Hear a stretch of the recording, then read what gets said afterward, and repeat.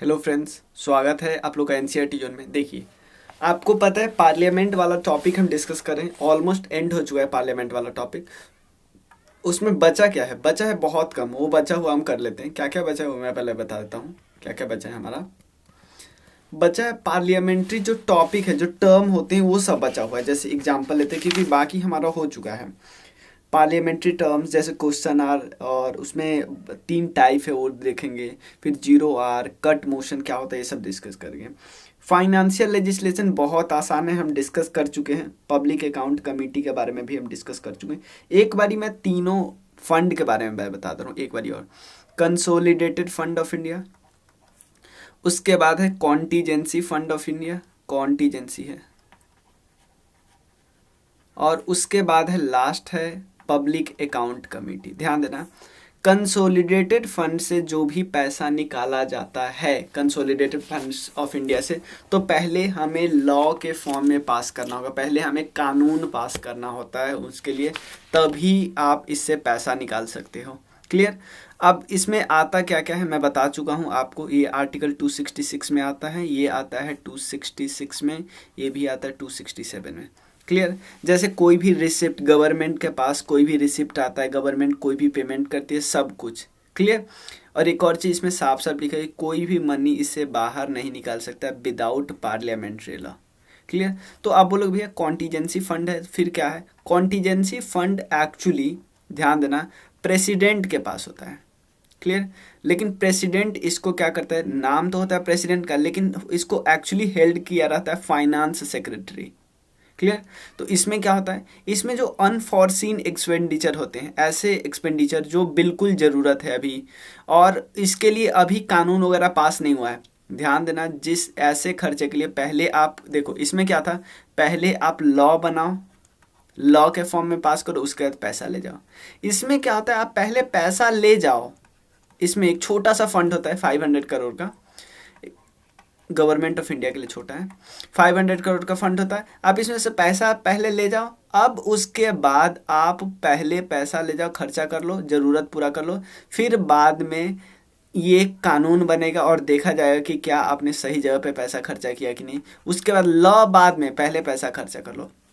और public account committee normal banking की तरह होता है, बैंक की तरह।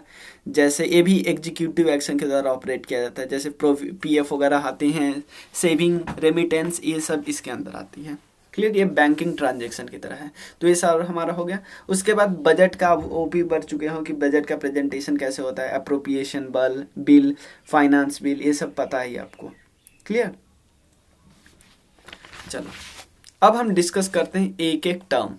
सबसे पहला हम टर्म डिस्कस करते हैं क्वेश्चन आर। ध्यान देना, सबसे पहले उसके बाद लिखा है कि राज्यसभा में किस स्टेट से कितना रिप्रेजेंटेशन है। समझ लीजिए, लोकसभा से रिप्रेजेंटेशन, लोकसभा में रिप्रेजेंटेशन हर एक स्टेट और हर एक यूटी से आती है। सबसे ज़्यादा किस स्टेट से है वो जान लीजिए, 80 है यूपी से। क्लियर? उसके बाद महाराष्ट्र है, वेस्ट बंगाल है, बिहार है। सबसे कम कौन से स्टेट से? ध्यान देना, नागालैंड, सिक्किम और मिजोरम से एक एक सीट है। नागालैंड, सिक्किम और मिजोरम से एक एक सीट है। उसके बाद अगर यूटी की बात करें तो यूटी में सबसे ज़्यादा किससे है? दिल्ली से 7। उसके बाद सबसे कम बाकी सबसे एक एक ही है, पुडुचेरी, चंडीगढ़, लक्षद्वीप, दादर नगर हवेली, दमन एंड दीव। दादर नगर हवेली और दमन एंड दीव दोनों 7 हो गया, तो दोनों से 2 हो गया, और अंडमान और निकोबार से एक ही है। लेकिन अभी हमें ठीक से पता नहीं चला है लद्दाख और जेएनके में कितना होंगे। क्लियर? तो पता चलेगा तब हम बताएंगे, क्योंकि इलेक्शन उसके बाद हुआ नहीं है।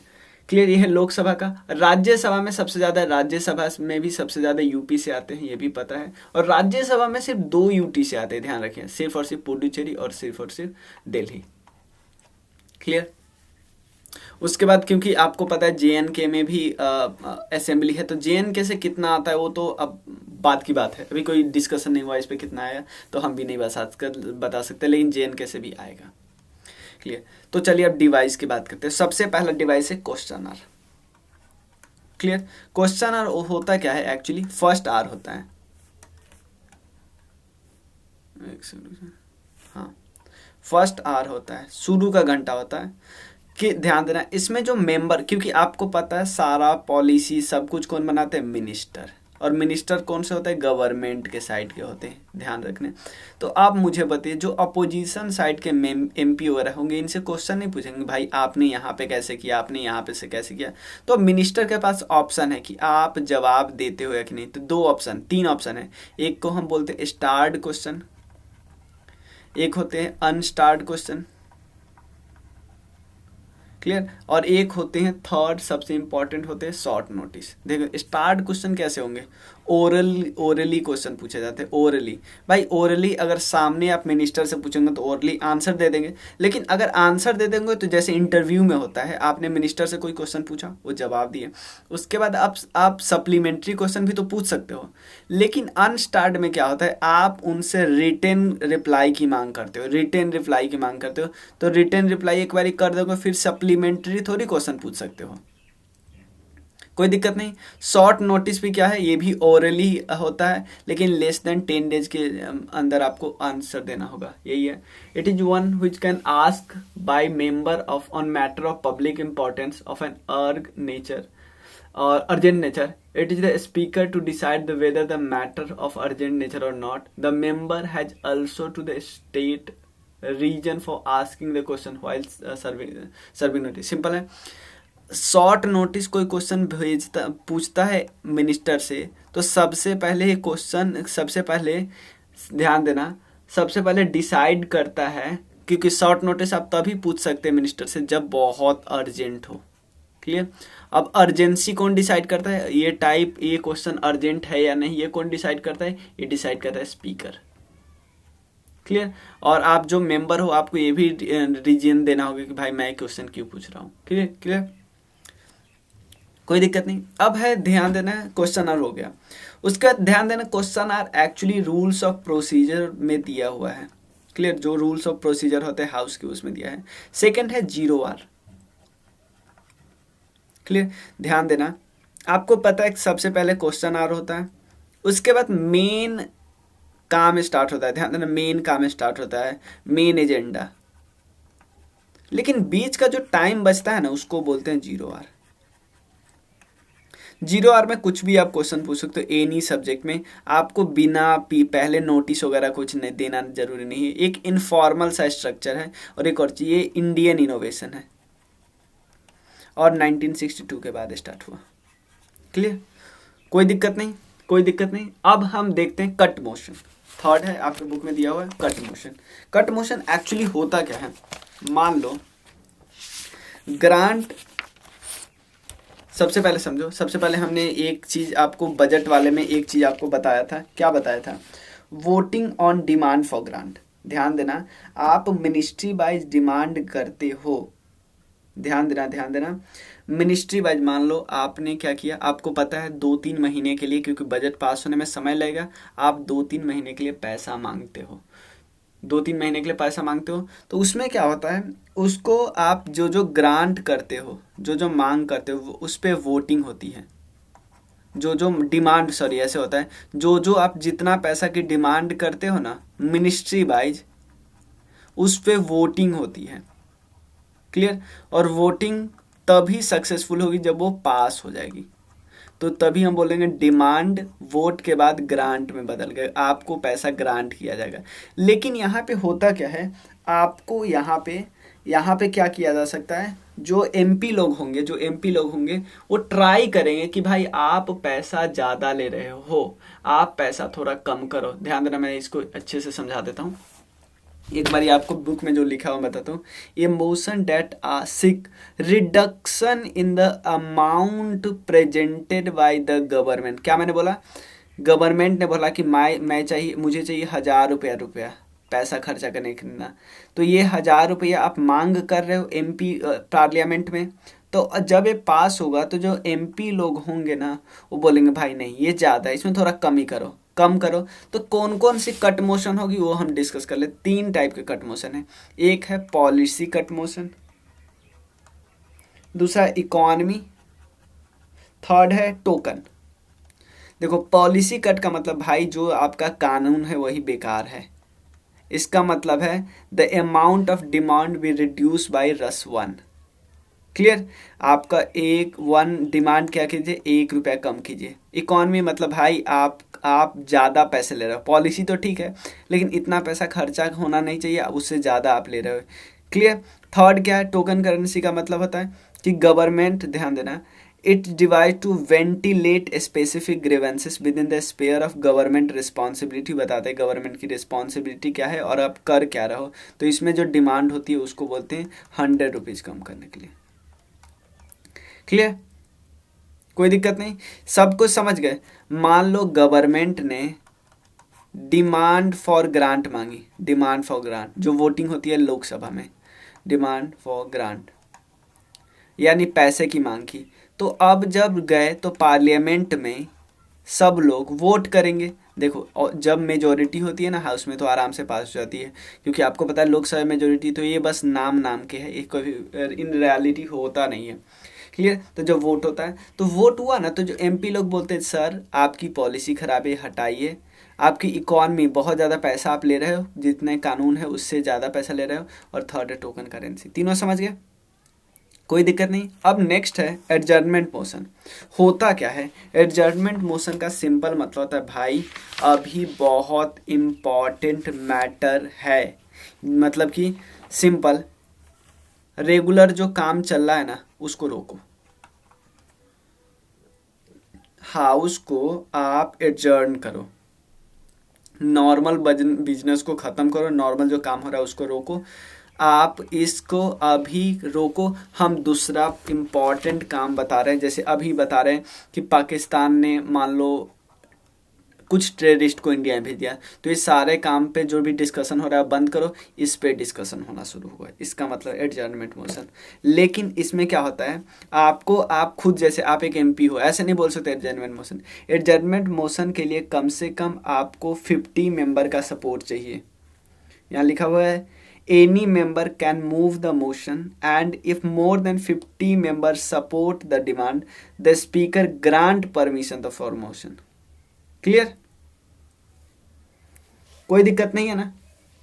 और the notice for such motion has to be given before the commencement, मतलब जो सीटिंग होने स्टार्ट होने वाली है उससे पहले ही आपको करना होगा, तभी तो पहले पूरा दिन खत्म करो, नया चीज लांच करो। प्रिविलेज मोशन कब होता है, जब कोई, ध्यान देना, कोई मेंबर, मिनिस्टर, ध्यान देना, it is motion move by A member if he feels that, अगर मेंबर को लगता है कि मिनिस्टर ने ब्रीच ऑफ प्रिविलेज किया है हाउस का, वो रॉन्ग, चाहे गलत फैक्ट दिखा के या जो हम उनसे पूछ रहे हो बता ही नहीं रहे, गलत चीज़ बता रहे हैं, तो इसका मतलब मेंबर क्या बोल सकते हैं कि सर इन्होंने क्या किया है, इन्होंने गलत फैक्ट दिखाया, इन्होंने ब्रीच किया है प्रिविलेज का, अपने प्रिविलेज का। नेक्स्ट है point of order. Point of order का मतलब है मेंबर बोल सकते हैं स्पीकर को कि यार सर देखिए ना, जो बोलना चाहिए था, जैसे बोलना चाहिए था हाउस में नहीं बोले, हाउस के कानून का उल्लंघन कर रहे हैं, इसका होता है point of order. Vote and account तो हमने देख ही लिया, demand for grant, vote and account same ही चीज़ है। क्लियर। उसके बाद होता क्या है, एक और बहुत इंपॉर्टेंट चीज, देखो, जब भी एक होता है क्लोजर मोशन। क्लोजर मोशन का मतलब होता है, मान लो, क्लोजर मोशन का मतलब होता है, मान लो कि जो भी कोई मैटर पे डिस्कशन चल रही है, डिस्कशन अब खत्म होना है। एक डिस्कशन खत्म कब होगी, जब पूरा डिस्कशन कंप्लीट हो जाएगा पूरा। अब इस बिल पे वोट करो। मान लो कोई ट्रिपल तलाक से रिलेटेड कोई कानून बनाना है, ट्रिपल तलाक से रिलेटेड कोई कानून बनाना है, तो अगर क्लोज करना है, क्लोजर मोशन का मतलब क्या है कि पूरा बात डिस्कशन हुआ है, अब क्लोज करो, वोट करो किसको साथ देना किसको नहीं। सेकेंड है क्लोजर बाय कंपार्टमेंट, कि आपने क्या पढ़ा, सिर्फ ऑब्जेक्टिव पढ़ा ट्रिपल तलाक का और बाकी पूरे कानून पे वोट दे दिया, मतलब पढ़ा बस इतना एक पार्ट, लेकिन आप इसको पूरे वोटिंग दे रहे हो। एक होता है कि आपने क्या किया, ऑब्जेक्टिव पढ़ा, इससे कंसिक्वेंसेस क्या क्या होता है, इफेक्ट क्या होगा, फायदे क्या होंगे, ये सब कुछ नुकसान पढ़ा, बाकी आप बीच का मटेरियल पढ़े ही नहीं, आपने वोटिंग कर दी। सबसे इम्पॉर्टेंट जो इसमें आपके बुक में दिया हुआ है, गिलोटिन क्लोजर, इसका मतलब है आप उन पार्ट पे भी वोट दे दिए जो अभी अनडिस्कस है। क्लियर, क्योंकि आपके पास टाइम नहीं होगा, हो गया। Privilege point of order, vote and account पता है। कोरम, कोरम तो सिंपल मतलब है हाउस में आप मीटिंग तभी कर सकते हैं जब आपको टोटल नंबर का 10% प्रेजेंट हो, इसलिए इसको बोलते हैं कोरम। नो कॉन्फिडेंस मोशन है, ये अपोजिशन पार्टी जनरली दिखाती है। अपोजिशन पार्टी, उनको लगता है कि हाउस में जो पार्टी सरकार चला रही है उनकी मेजॉरिटी नहीं है, उनको लगता है कि उनकी मेजॉरिटी नहीं है, तो वो क्या कर सकती है, नो कॉन्फिडेंस मोशन पास कर सकती है और गवर्नमेंट को बोल सकती है आप रिजाइन करो क्योंकि आपको मेजॉरिटी नहीं है। क्लियर। सेंसर मोशन का मतलब, सेंसर देखो, इसके लिए नो कॉन्फिडेंस मोशन के लिए कोई भी आपको रूल्स रेगुलेशन की जरूरत नहीं है। क्लियर। सेंसस मोशन के लिए क्या चाहिए, सेंसर मोशन आप किसी पर्टिकुलर पूरे के पूरे काउंसिल ऑफ मिनिस्टर के खिलाफ भी कर सकते हैं, किसी एक पर्टिकुलर मिनिस्टर के भी खिलाफ कर सकते हैं। क्लियर। लेकिन आपको रीजन देना होगा, सेंसर करते हो रीजन देना होगा कि भाई क्यों कर रहे हो। क्लियर।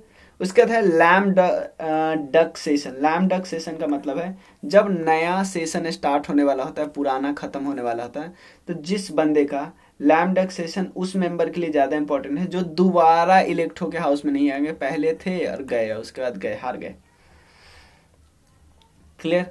शैडो कैबिनेट का मतलब होता है, देखो, a parliament practice prevalent in the UK where senior member of the opposition cover the area of responsibility of actual cabinet they found. Simple. Shadow cabinet का मतलब होता है अपोजिशन क्या बनाती है, एक छोटी सी कैबिनेट बना लेती है और वो बताती रहती है कि यार आप इस काम में नहीं कर रहे, ये काम नहीं कर रहे, तो वो भी एक छोटा सा शैडो कैबिनेट टाइप का काम करती रहती है, वो बात है। Leader of opposition, leader of opposition ऐसा नहीं कोई पोस्ट कॉन्स्टिट्यूशन में दिया गया, नहीं। पार्लियामेंट में एक रूल्स बनाया गया 1977 में, और उसके बाद लीडर ऑफ अपोजिशन आया। लीडर ऑफ अपोजिशन के लिए एक कन्वेंशन है कि कम से कम 10% सीट होना चाहिए उनके पास लोकसभा का, कम से कम। फंड तो हमने देख लिया। अब लास्ट टॉपिक है राज्यसभा के पास पावर लोकसभा के रेस्पेक्ट में कम है या ज्यादा है। पहला है मनी बिल, सिर्फ इनके पास है, मनी बिल के बाद सिर्फ इसके पास पावर है, इनके पास पावर नहीं है। सेकंड, मनी बिल को ये ना रिजेक्ट कर सकते, कुछ भी नहीं कर सकते, सब दिखा हुआ है। मनी बिल बताएगा कौन, ये भी पावर किसके पास है, लोकसभा के स्पीकर के पास, इसके पास कोई भी पावर नहीं है। राज्यसभा डिस्कस, देखो वोट एंड अकाउंट जो होता है ना, वोट एंड अकाउंट जो डिमांड फॉर ग्रांट जो है ना, through Rajya Sabha can discuss in can not vote. ध्यान देना, राज्यसभा सिर्फ डिस्कस कर रहा है, vote and account demand for grant पे डिस्कशन नहीं हो सकती। और काउंसिल ऑफ मिनिस्टर, ध्यान देना, काउंसिल ऑफ मिनिस्टर जो है रिस्पॉन्सिबल होते हैं लोकसभा के, राज्यसभा के नहीं। क्लियर। कोई दिक्कत नहीं। और parliament can legislate on A state subject only if Rajya Sabha resolve for, हाँ सिंपल बात है कि पार्लियामेंट, ध्यान देना, अगर स्टेट लेजिस्लेचर का कोई कानून है, स्टेट लेजिस्लेशन, और उसका कानून बनाना है पार्लियामेंट को, तो पार्लियामेंट सिर्फ तभी बना पाएगी जब राज्यसभा 2/3 से पास करेगा, 2/3 मेजोरिटी से पास कर देगा कि सर आप इसका कानून बना दिए तो बना लेंगे, नहीं तो नहीं। ऑल इंडिया सर्विस भी राज्यसभा पे डिपेंड करता है, ये भी 2/3 मेजोरिटी से। तो ये दो इंपॉर्टेंट है राज्यसभा के पास, ये दो बहुत इंपॉर्टेंट है कि अगर ऑल इंडिया सर्विसेज लाना है सिर्फ और सिर्फ राज्यसभा का काम है, और स्टेट लेजिस्लेचर का कोई भी कानून अगर पार्लियामेंट तभी बना पाएगी जब राज्यसभा 2/3 मेजोरिटी से राजी हो जाएगा। क्लियर। और हाँ, ज्वाइंट सेशन होता है ना, तो ज्वाइंट सेशन में सिंपल मेजोरिटी से पास होती है, तो राज्यसभा वैसे भी हार जाती है, क्योंकि राज्यसभा में वैसे भी मेजॉरिटी नहीं होती है। मतलब राज्यसभा में वैसे भी कम ही नंबर है 245, तो राज्यसभा का नंबर कम ही है ना 540, तो ये लोग जहाँ जाएंगे उधर ही तो कानून जाएगा ना, तो राज्यसभा जीत नहीं पाता है ज्वाइंट सीटिंग में। क्लियर। बस इतना क्लियर है। उसके बाद हम डिस्कस करते हैं आगे एग्जीक्यूटिव ऑफ द स्टेट। और आप में से जो लोग यहाँ तक देख रहे हैं ना, उसको कमेंट सेक्शन में लिखना है राज्यसभा। मैं देखना चाहता हूँ कि लोग पूरा देखते नहीं कि सिंपल मैं बनाता रहता हूँ, राज्यसभा लिखना है। चलिए, थैंक यू सो मच।